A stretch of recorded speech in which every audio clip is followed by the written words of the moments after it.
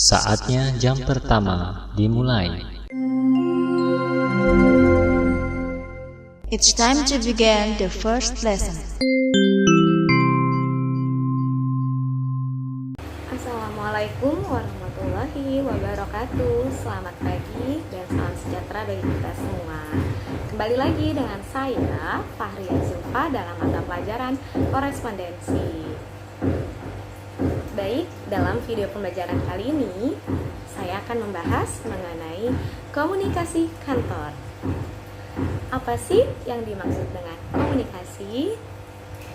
Komunikasi adalah suatu proses pengiriman atau penerimaan pesan yang dilakukan antara dua orang atau lebih dengan menggunakan media komunikasi sehingga pesan yang disampaikan tadi dapat diterima dengan baik oleh si penerima pesan. Nah, dalam komunikasi tentu ada yang namanya komponen penunjang berjalannya suatu komunikasi. Apa saja sih komponen dalam komunikasi? Komponen dalam komunikasi adalah 1. Komunikator, 2. Komunikan, 3. Pesan atau informasi, yang keempat media atau saluran komunikasi, yang kelima ada feedback atau umpan balik. Nah, di sini saya akan jelaskan satu persatu ya mengenai komponen komunikasi tersebut. Yang pertama tadi ada komunikator.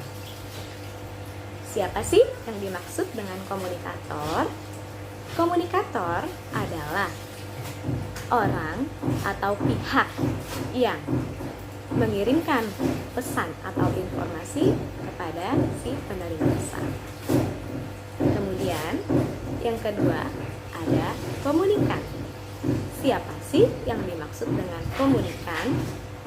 Komunikan adalah orang atau pihak yang menerima pesan atau informasi dari pengirim berita. Lalu yang ketiga ada pesan. Nah, pesan di sini adalah isi atau informasi yang ingin disampaikan kepada si penerima pesan. Kemudian ada media. Media adalah sebuah saluran atau sarana komunikasi yang digunakan oleh komunikator dalam menyampaikan pesannya. Media ini banyak macamnya ya, nanti akan kita bahas satu persatu juga tentang media komunikasi. Yang terakhir ada feedback, yaitu umpan balik. Umpan balik adalah sebuah respon yang diberikan dari si komunikan bahwa dia telah mengerti atau memahami pesan yang disampaikan tersebut.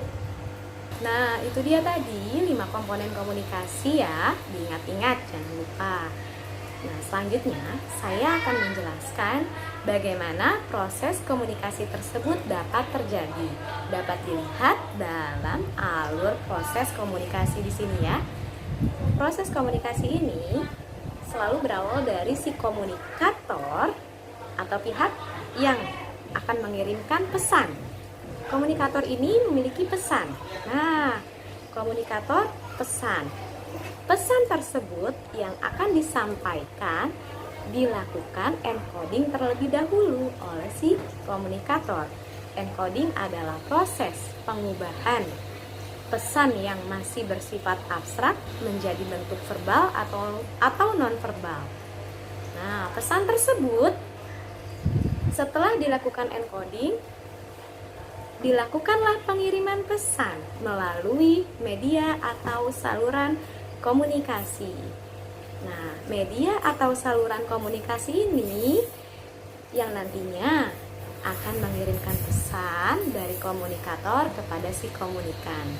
Setelah komunikan menerima pesan, komunikan akan melakukan yang namanya proses decoding atau penerjemahan kembali isi pesan tersebut. Isi pesan yang diterima diartikan atau diterjemahkan oleh oleh si komunikan, dipahami. Nah, setelah pesan tersebut diterjemahkan atau diartikan atau dipahami oleh si komunikan akan melakukan yang namanya feedback atau umpan balik. Terhadap siapa umpan balik ini dilakukan? Umpan balik ini dilakukan kepada si komunikator terhadap pesan yang disampaikan. Nah, di situ adalah alur proses komunikasi ya. Proses komunikasi ini sering kita lihat, sering kita temui dalam kehidupan sehari-hari. Tentunya anak-anak sekalian sudah memahami ya bagaimana proses komunikasi tersebut dapat terjadi. Nah, sekian dulu materi kali ini, semoga dapat dipahami dan dapat bermanfaat bagi kalian yang dalam keadaan pembelajaran jarak jauh. Semoga kita tetap dalam keadaan sehat walafiat dan terhindar dari virus-virus yang berbahaya. Sekian dari saya, kurang dan lebihnya saya mohon maaf. Wassalamualaikum warahmatullahi wabarakatuh.